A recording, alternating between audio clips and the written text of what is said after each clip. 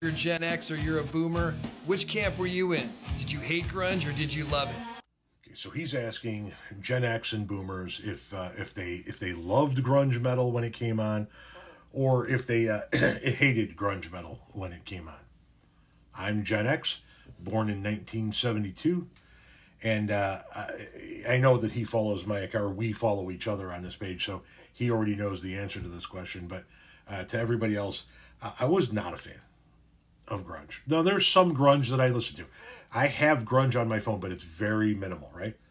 It's few and far between. But I did not like grunge.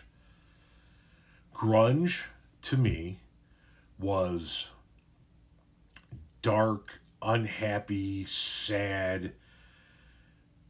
Once again, I've told this story before, but so I turned 10 in 82. My formidable years were in the heart of the 80s.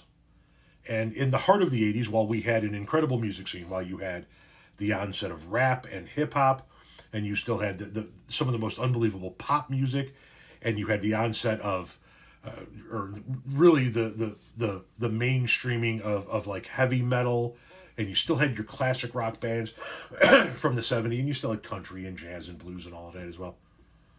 The dominant music of that time was hair metal. And that's what we came up on. We came up on hair metal. So in my formidable years, Motley Crue, Guns N' Roses, Poison, Tesla, Rat, Warrant, Cinderella, all of that, Bon Jovi, all of that was, I threw Bon Jovi in there from us, all of that was the dominant music of the time. And then along comes the video for Nirvana's Smells Like Teen Spirit, where they're in the gymnasium. And do you remember how dark and gray and dingy that video was? Do you guys remember that video? Overnight, we went from bright, airy, everybody having a good time, partying your ass off, we're going to get drunk, we're going to get laid, it's going to be a blast. We went from that overnight to all of the music was dark and it was pissed off and damn the man. And it was just like everybody was salty as fuck. And we looked at our teen years and the music that went with our teen years as being a good time, right? It was a party time.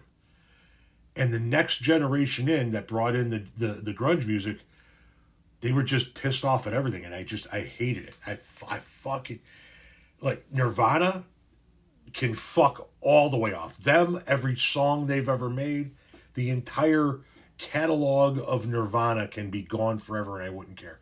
I dig some Pearl Jam, I dig some Soundgarden, I dig some Stone Temple Pilots, some Alice in Chains, but very little.